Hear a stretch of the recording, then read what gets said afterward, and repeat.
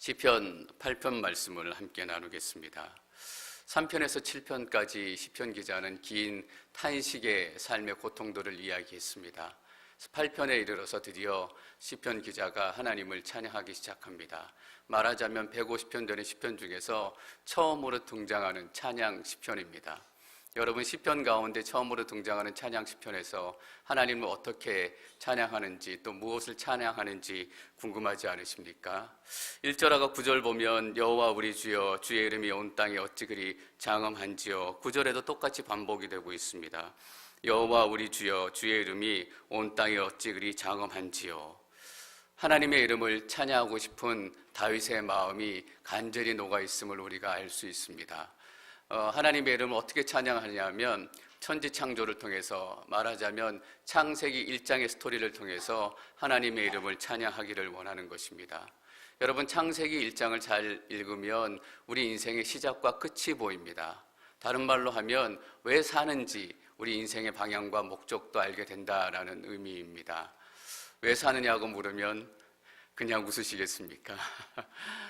우리 창세기 1장에서 하나님께서 우리를 왜 지으시고 우리 인생이 어디로 가는지 우리가 깨닫게 되면 우리가 그냥 웃는 것이 아니라 인생의 제일 되는 목적은 하나님을 영화롭게 하고 그 하나님을 기뻐하는 것이다 라는 그 이야기가 우리의 삶의 모습이 될 거라고 믿습니다. 시편 기자가 그렇게 찬양을 하고 싶어 하는 것입니다. 1절 말씀 저희가 함께 읽습니다. 1절 시작. 여호와 우리 주여, 주의 이름이 온 땅에 어찌 그리 장엄한지요. 주께서 그 영광을 하늘 위에 두셨습니다. 여호와 우리 주여, 사실 여호와라고 표기되어 있지만 이스라엘 유대인들은 여호와라는 이름을 부를 수 없었기 때문에 여호와라고 쓰고 아도나이라고 대신 읽었습니다. 그래서 영어 번역에도 보면 우리 번역은 여호와라고 되어 있는데 Lord our Lord 되어 있습니다. 아도나이, 아도나이 그런 의미로 번역을 하고 있습니다. 너무나 하나님의 이름이 거룩해서 함부로 부를 수 없었기 때문에 아도나이라고 부르기도 했고, 심지어는 이렇게까지 했다라는 거잖아요. 여호와 이름이 나올 때마다 나가서 손을 씻고 다시 와서 쓰고, 다시 여호와 이름이 나오면 손을 씻고 와서 다시 그 이름을 기록했다라는 거잖아요. 그만큼 소중하고 거룩한 그 이름인데 우리는 여호와 이름을 어떻게 생각하는지 모르겠습니다. 아도나이라고 대신 썼는데 아도나이라는 이름도 하나님을 우리의 주인이라고 부르는 이름인데 그것조차도 내 감당하기 어려우니까 아도나이라고도 부르지 못하고 나중에는 그 이름 이렇게 불렀다라고 해요. 요즘에 한국에 있는 그 게이트 사건 보니까 VIP의 뜻입니다 라는 이야기가 많이 나오더라고요. 대통령이라고 입 다물어서 부르기가 어려우니까 VIP라는 용어를 쓰는 거잖아요. 여호와 아도나이라는 이름조차 부르기 어렵기 때문에 그 이름하고 부를 수 있는 게 하나님의 이름의 거룩함이었습니다. 왜냐하면 하나님의 이름은 하나님 그 자신이었기 때문이에요. 근데 우리는 하나님의 이름을 참 대충 부르는 것 같아요. 하나님의 이름을 모세에게 하나님께서 계시하시는 그 장면이 나옵니다. 얼마나 감동스러운 장면인지요. 출애굽기 20장 7절 말씀을 출애굽기 3장 14절에 보면 제 말씀을 드리진 않았는데 하나님께서 모세에게 이집트로 돌아가서 히브리 백성들을 데리고 와라 라고 말씀하실 때 내가 누가 보냈다라고 얘기하죠? 라고 묻지 않습니까? 그때 하나님께서 모세에게 이렇게 얘기하시잖아요. 나는 스스로 있는 자다라는 거예요. 여러분, 스스로 있는 자다라는 말이 무슨 뜻인가요? 첫 번째는 나는 지음을 받지 않았다라는 얘기예요. 너희들은 지음받은 인생이지만 나는 지음받지 않은 스스로 존재하는 인생이다라는 거예요. 그게 하나님하고 우리하고 큰 차이입니다. 창세기 1장을 읽으면 우리는 지어진 존재이고 하나님은 지으신 분이다라는 것을 우리가 알 수 있다라는 거예요. 그러면 우리 인생의 주권을 우리가 주장할 수 없게 되고 지으신 하나님께서 우리 인생의 주인이시구나라는 것을 우리가 선포할 수 있게 된다라는 거예요. 하나님의 하나님 되심, 하나님의 주인 되심이 우리 삶 가운데 나타나게 된다라는 거예요. 하나님은 스스로 계신 자, 이 스스로 계신 자가 하야라는 히브리 단어예요. 대통령 하야할 때 그 하야가 아니고 마침 그 단어인데 하야라는 그 스스로 존재한다라는 의미에서 여호와라는 이름이 파생되었을 것이다라고 학자들은 얘기해요. 하나님의 이름이 우리 가운데 이렇게 시작이 된 거예요. 나는 스스로 있는 자다라는 의미 가운데는 나는 스스로 계속해서 존재할 것이다라는 의미를 가지고 있어요. 이전의 모습도 지금의 모습도 앞으로 그 모습도 나는 어떤 누구에게도 영향을 받지 않고 스스로 존재하는 자가 될 것이다라는 거예요. 다른 깊은 의미를 들여다보면 하나님은 변하지 않는 존재다라는 거예요. 이전에 존재하셨던 그 모습 그대로, 이전에 언약하셨던 그 언약 그대로 앞으로도 존재하시고 동일하게 우리와 언약을 나누시겠다라는 말씀이세요. 하나님께서 지금도 계시고 앞으로도 같은 모습으로 계속 존재하신다라는 것이 얼마나 우리의 큰 소망이 돼요. 우리는 10년만 지나도 늙어요. 요셉이 베냐민을 22년 만에 만나잖아요. 베냐민이 10대 초반에 거의 10살쯤 됐을 때 헤어져서 22년 만에 만나니까 못 알아보잖아요. 이 아이가 막내 베냐민이냐라고 물어보잖아요. 10년, 20년만 지나도 사람들은 변해서 알아볼 수가 없어요. 그러나 5,000년이 지나도 3,000년이 지나도 100년이 지나도 하나님은 변하지 않고 우리 가운데 똑같은 분으로 존재하신다라는 것입니다. 또 하나는 하나님께서 이렇게 말씀하시는 것은 나는 나다라는 거예요. 나는 너희들에 의해서 영향을 받지도 않고 어떤 세상에 의해서 영향을 받지도 않고 나는 나로 존재한다라는 거예요. 여러분, 세상의 문화에 따라서 하나님께서 변하지 않고 세상 사람들의 요구와 폭력과 그런 거에 따라 하나님께서 변하지 않는 게 얼마나 우리 가운데 큰 축복이에요. 나라마다 똑같은 하나님, 인생마다 똑같은 하나님, 내가 만났던 그 하나님을 내 딸이 동일하게 경험할 수 있다면 얼마나 큰 감동이 될 수 있을까요? 그렇게 기도해요. 내가 만났던 하나님, 내 딸도 만나게 해주시고, 하나님, 내 딸이 어려울 때도 내 딸이 나처럼 하나님 앞에 눈물 흘리고 하나님께 매달리게 도와주세요. 할 수 없이 인생이란 게 어려움을 만나게 되잖아요. 그 시간들을 통해서 그 깊은 하나님 스스로 존재하시고 앞으로도 계속 존재하실 그 하나님을 만나게 해주세요. 왜냐하면 내게도 동일한 하나님이고 내 딸에게도 동일한 하나님이다라는 거예요. 그런데 사람들이 하나님의 이름을 망령되이 쓰기 시작했어요. 출애굽기 20장 7절 말씀 저희 같이 읽습니다. 20장 7절 시작.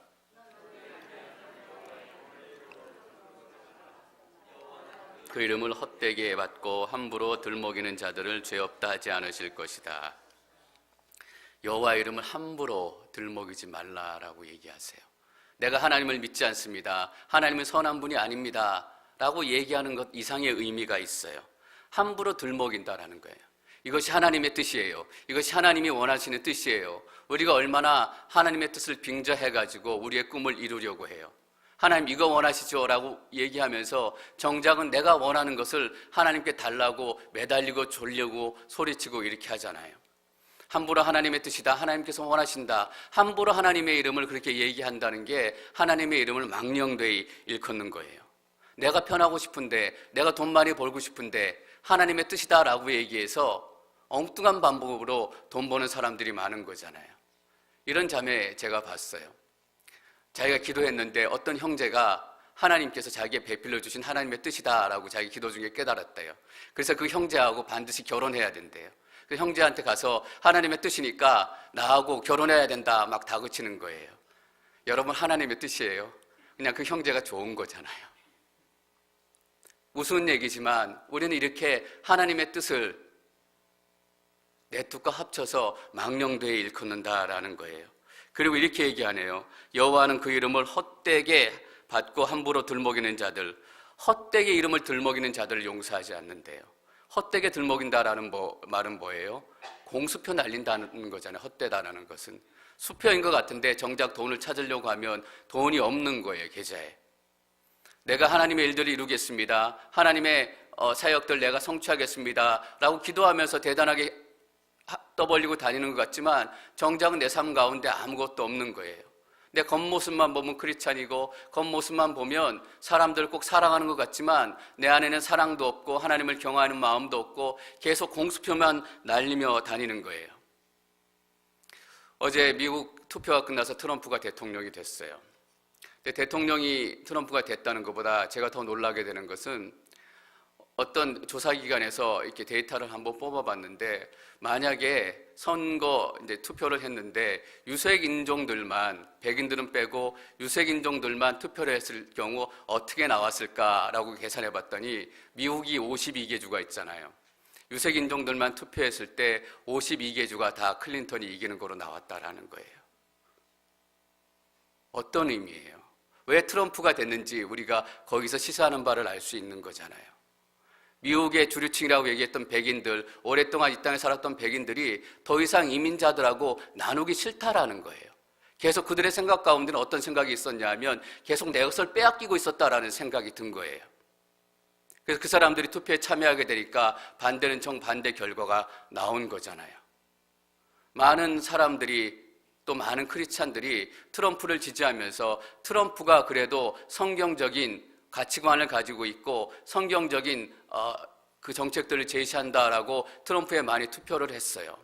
근데 그 데이터를 보면서 그렇게 얘기하며 그 마음 가운데 근저에는 어떤 마음들이 있었나라는 것을 제가 알게 된 거예요. 성경적인 대통령을 그래도 뽑고 싶다라고 얘기는 했지만 속으로는 내 것을 더 이상 빼앗기기 싫다, 내 것을 더 이상 나누기 싫다라는 마음이 있었던 거예요. 하나님의 이름을 헛되이 부르는 게 이런 거예요. 공수표 날리는 거예요. 내가 겉으로는 하나님의 사람이다, 하나님 뜻대로 살아간다, 하나님의 일들을 이루겠다라고 얘기하지만 내 실제 마음 가운데는 내 것을 빼앗기기 쉽고 어떻게 하든지 내 것을 더 갖고 싶다라는 그런 마음들이 있는 거예요. 제가 한 가지를 알게 됐잖아요. 최순실 게이트가 대한민국의 민낯을 드러냈다면 이번에 미국의 대통령 선거가 미국의 민낯을 드러낸 거예요. 다 예수님 잘 믿고 다 성실한 크리스찬인 줄 알았는데 그렇지 않은 게 드러난 거잖아요. 최순실 게이트에 연루된 거의 대부분의 사람들이 크리스찬이에요.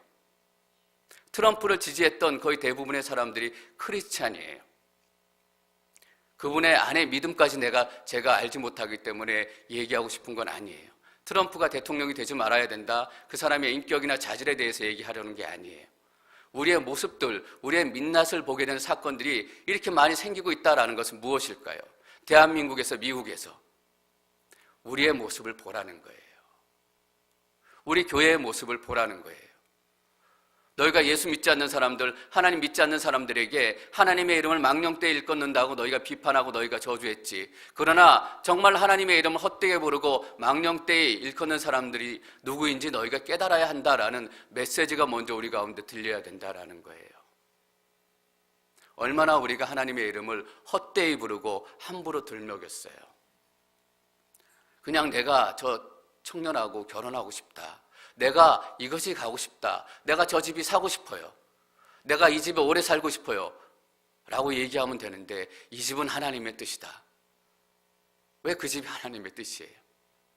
하나님의 뜻은 우리가 하나님을 영화롭게 하고 그분을 우리 인생 가운데 즐겁게 누리는 거예요.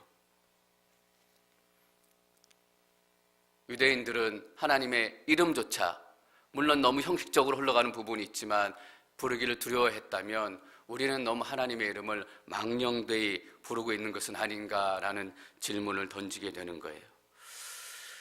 여호와 우리 주여라고 다윗이 부른 이후에 주의 이름이 온 땅에 어찌 그리 장엄한지요, 바로 이어서 노래해요.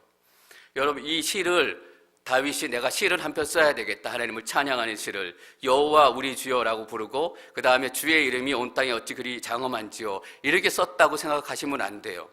그냥 다윗이 자기가 고백했던 것을 시로 남긴 거예요.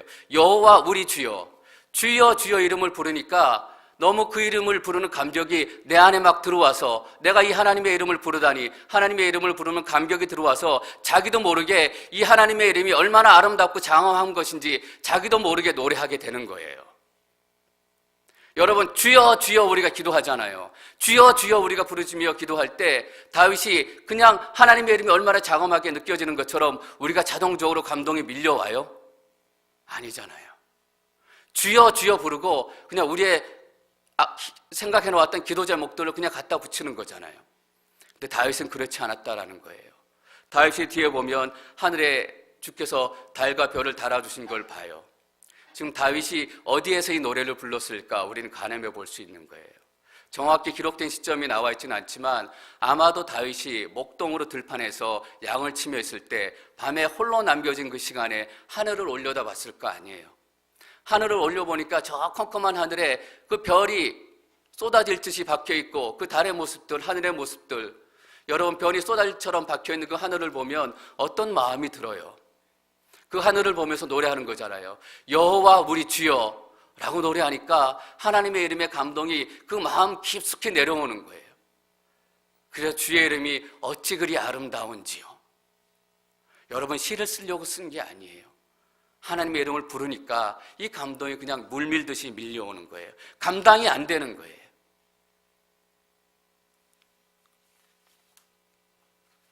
깜짝 놀라서 하나님의 이름이 얼마나 장엄한지요. 주께서 그 영광을 하늘 위에 두셨습니다. 이게 또 재밌는 말이잖아요. 그 영광, 하나님의 이름이 그 영광이에요. 하늘에 두신 것도 아니고 하늘 위에 두셨대요. 얼마나 하나님의 이름이 높으신 거예요. 하늘 위에 하나님의 이름이 있고 하늘보다 더 높으신 하나님, 우리가 그냥 찬양 부를 때가 있잖아요. 하늘보다 더 높으신 그 하나님의 영광, 그런 의미예요. 하늘보다 더 높으신 하나님의 영광, 그 앞에서 우리가 느껴야 되는 마음은 뭐예요? 까불지 말자 이거잖아요. 하나님 앞에서 까불면 안 되겠다. 우리가 예배 중에 하나님의 임재를 구해요. 하나님의 영광이 우리 가운데 임하게 허락해 주십시오. 우리가 하나님의 거룩한 영광을 경험하기를 원합니다. 얼마나 놀라운 기도예요.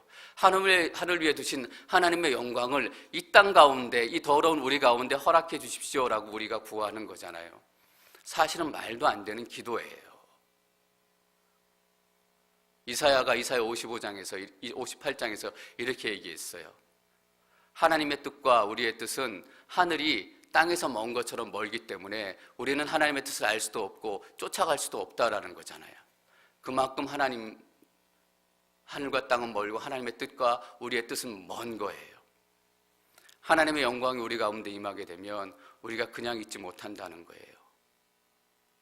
우리 가운데 주체할 수 없는 감동과 주체할 수 없는 눈물과 주체할 수 없는 일들이 일어나기 시작한다라는 거예요. 트럼프가 미국의 대통령보다 훨씬 더 놀라운 것이 하나님의 영광이 예배 가운데 임한다라는 거예요. 저는 여러분들이 정말 간절한 마음으로 기도하기를 바라요. 하나님, 우리가 하나님의 영광을 경험하고 싶습니다. 하나님의 영광을 예배 가운데 경험하고 싶습니다. 정말 하나님을 경험하고 하나님의 영광을 경험하면 누가 뭐라고 하지 않아도 하나님 앞에 무릎 꿇게 된다라는 거잖아요. 하나님 앞에 엎드리게 된다라는 거예요. 2절 말씀 저희가 계속 읽도록 하겠습니다. 2절 시작.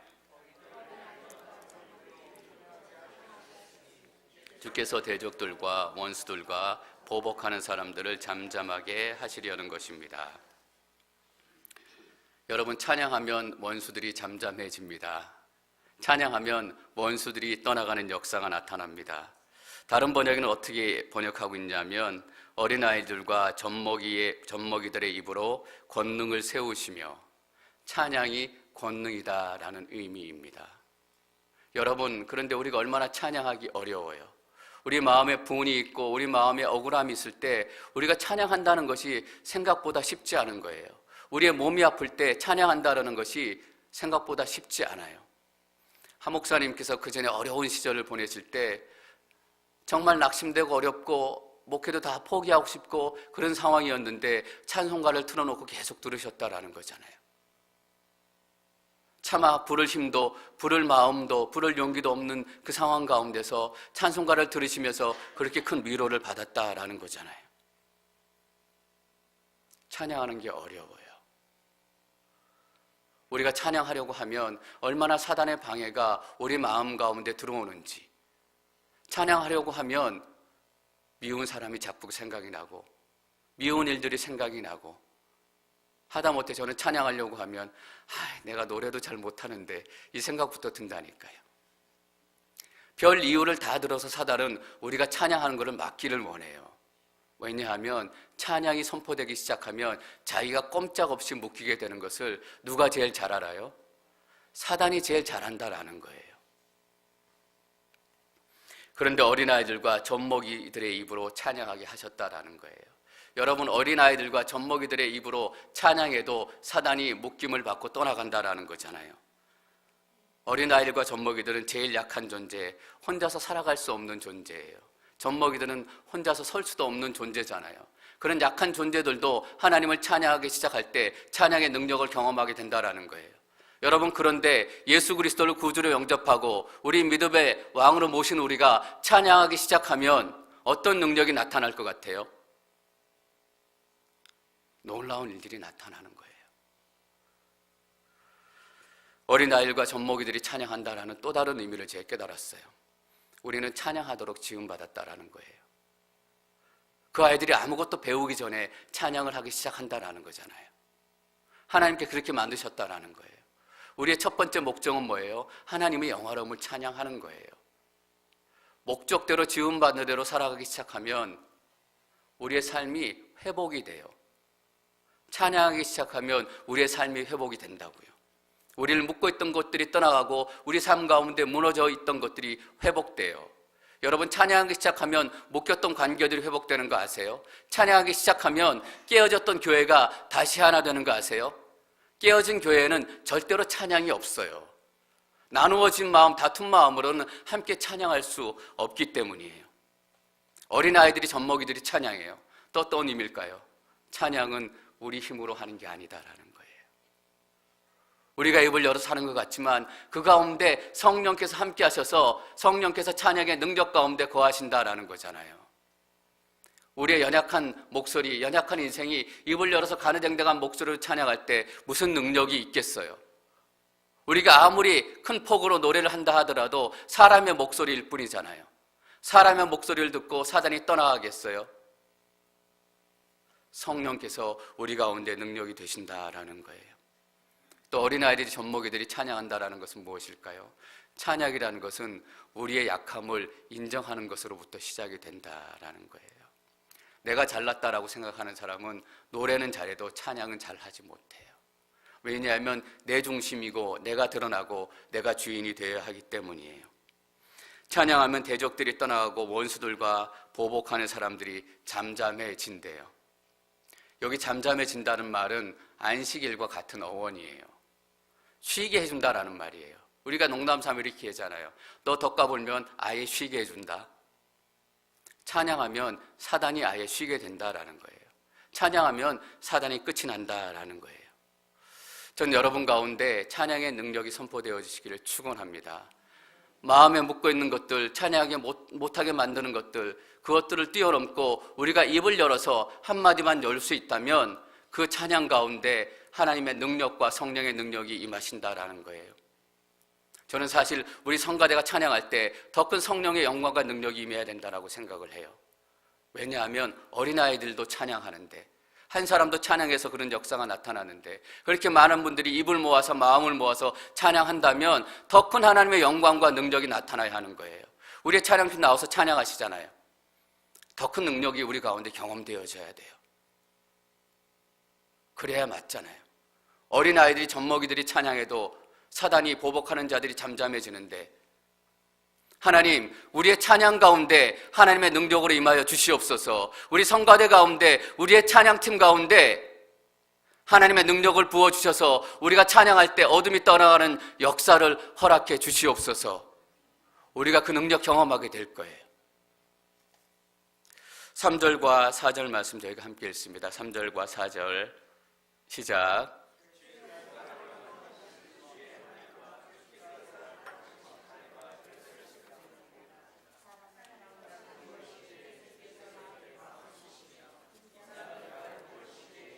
이토록 돌봐주십니까? 들판에서 밤에 다윗이 혼자 하늘을 보니까 쏟아질 듯한 별들, 그때는 공해도 없고 하늘의 별들이 얼마나 수많이 박혀있는 게 보였겠어요. 그 위험을 보니까 나도 모르게 하나님 생각이 난 거예요.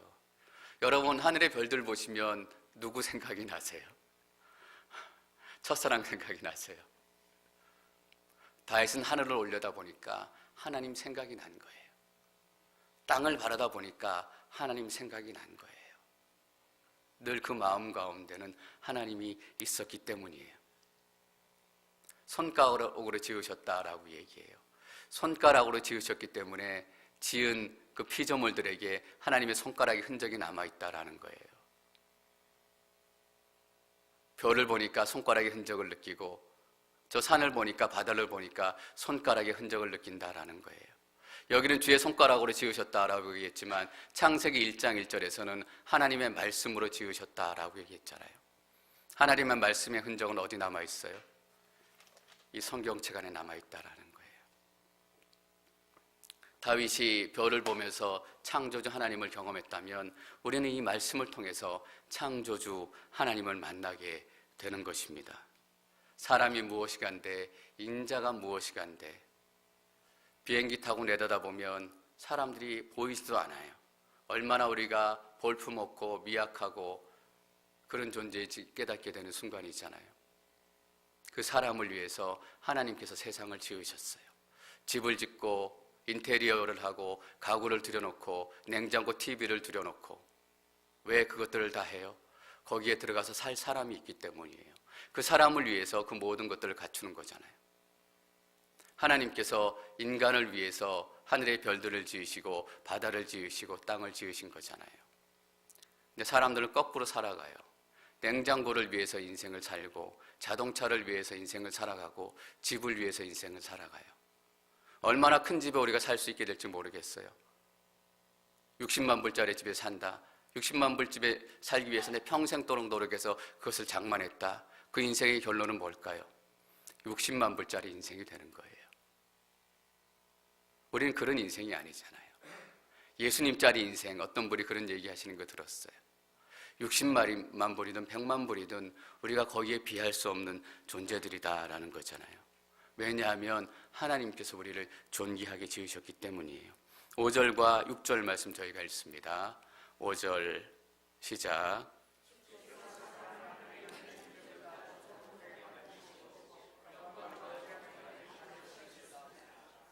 또 주의 손으로 만드신 것을 사람이 다스리게 하시고 모든 것을 사람의 발 아래 두셨습니다. 하늘에 있는 존재보다, 어떤 번역에서는 하나님보다 라고 번역을 하고 어떤 번역에서는 천사들보다 번역하기도 하고 오늘은 하늘에 있는 존재보다 라고 번역을 하기도 해요. 어떤 것이든 시편 기자가 얘기하고 싶은 것은 그만큼 존귀하게 하나님께서 우리를 만드셨다라는 거예요. 존재보다 조금 못하게 만드시고 영광과 존귀함에 관을 씌우셨습니다. 어떤 얘기를 하냐 하면 영광은 어디에 있던 거예요? 하늘 위에 있던 거잖아요. 하나님의 것인데 우리에게 영광과 존귀의 관을 씌우셨어요. 하나님께서 받기에 합당하신 영광과 존귀의 관을 씌우셨다라는 의미는 창세기 1장 26절에 하나님의 형상과 하나님의 모양으로 지으셨다라는 것을 시편 기자가 자기의 고백으로 이렇게 얘기한 거예요. 하나님의 형상으로 지으셨다라는 것은 우리 삶 가운데 하나님의 영광과 하나님의 존귀로 우리를 지으셨다라는 거예요. 그런데 그 하나님의 영광과 존귀가 뭘 통해서 나타난다라는 거예요? 6절 말씀에 이렇게 기록하잖아요. 또 주의 손으로 만드신 것을 사람이 다스리게 하시고, 사람이 이 땅에 다스리는 모습을 통해서 하나님의 영광이 나타난다라는 거잖아요. 하나님의 영광이 마치 땅에 묻힌 것 같은 시대에 살고 있어요. 다스리는 사람들이 어떻게 다스려야 하는지, 그 다스림을 통해서 하나님의 영광이 드러나야 하는데 다스림을 통해서 뭐가 드러나요? 자기의 욕심이 드러나고 자기의 밑바닥이 드러나고 자기의 탐욕이 드러나게 되잖아요. 우리는 그 다스림을 통해서 하나님의 영광을 드러내야 해요. 1장 28절에는 다스린다라는 말로 했는데 2장 15절에는 같은 의미를 다른 말로 표현을 해요. 에덴 동산에 아담을 두고 아담에게 에덴 동산을 어떻게 하라고 하나님께서 말씀하셨어요? 경작하라고 말씀하셨어요. 일국에 하라고 말씀하셨잖아요. 경작하다라는 말이 일하다, 섬기다라는 말이에요. 근데 우리 일하는 거 싫어하고 특별히 육체 노동하는 걸 천하게 생각해요. 여러분, 바알 문화, 바알 신앙의 영향이 뭔지 아세요? 우리가 지금 바알한테 가서 절하지 않아요. 근데 이 일을 천하게 생각하는 것, 육체 노동을 천하게 생각하는 것은 바알 문화의 영향이에요. 바벨론의 메소포타미아에도 그 나라의 창세 신화가 있어요. 창세 신화가 어떤 신화냐면 사람들을 짓는데 바벨론 그 신화에 나오는 신화에 보면 많은 신들이 있어요. 많은 신들이 있는데 신들이 순서가 있어요. 큰 신이 있고 작은 신이 있고 큰 신은 다 통치하고 작은 신은 뭐냐 하면 노동을 해요. 강바닥을 파고 노동을 하는데 작은 신들이 자기들이 이 노동만 하는 게 너무너무 불만스럽고 이 일들을 더 하기 싫은 거예요. 그래서 반란을 일으켰어요. 근데 큰 신들이 그 작은 신들의 반란을 일으키고 진압을 하고 나서 이대로는 안 되겠다라고 생각을 해가지고 쪼물딱쪼물딱 해서 사람을 만들었어요. 그래서 작은 신들이 했던 일들을 사람에게 시킨 거예요. 일하게 시키고 강바닥을 파게 시킨 거예요. 여러분, 이 신화의 밑바닥에 있는 건 뭐예요? 일하는 건 작은 신들이 하는 거고 일하는 건 밑에 있는 사람들이 하는 거다라는 거예요. 이 메소포타미아에서 바벨론 또 바알 신앙이 시작이 된 거잖아요. 여러분, 인도의 카스트 제도가 어떤 제도예요? 전생의 업보 때문에 4등급, 5등급으로 나눠서 이 땅 가운데 태어난다라는 거잖아요. 근데 제일 천한 천민 계급이 뭐예요? 육체 노동만 하는 사람들이에요. 노동은 천하다, 육체 노동은 천하다, 일이라는 게 천하다. 바알 신에게 막 돈도 주세요, 풍요롭게 해주세요, 수확이 많이 거두도록 해주세요. 막 절하는 이유가 뭐예요? 더 많은 수확을 거둬서 나는 일하지 않고 나는 부리는 위치에 서겠다라는 거잖아요. 이게 바알 문화가, 바알 신앙이 우리 삶 가운데 들어와 있는 거예요. 막 움직여서 일하는 사람들은 일하는 사역은 덜 중요한 사역이고 뭔가 기도하고 뭔가 눈 감고 있는 사역은 더 중요한 사역이다. 이런 생각들이 솔직히 있잖아요. 바알 문화와 바알 신앙이 우리의 영성 가운데도 들어와 있는 거예요.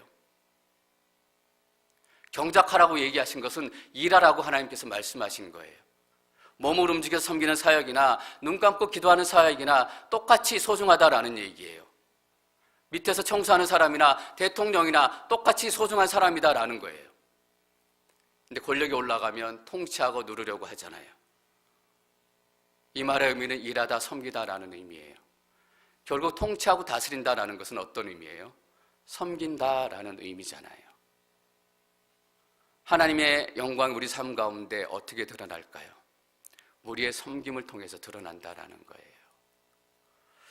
요한복음 13장 14절 말씀 저희가 함께 읽습니다. 요한복음 13장 14절 시작.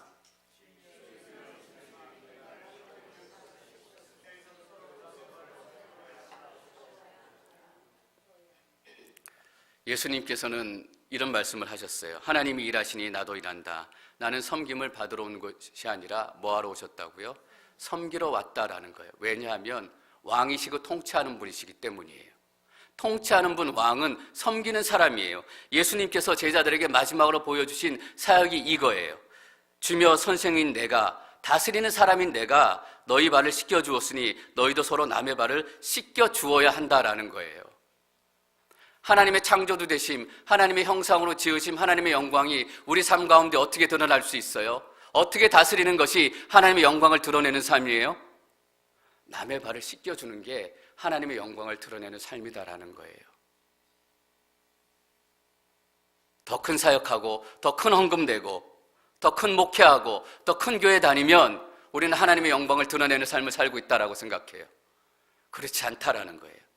너희도 서로 남의 발을 씻겨 주어야 한다라는 거예요.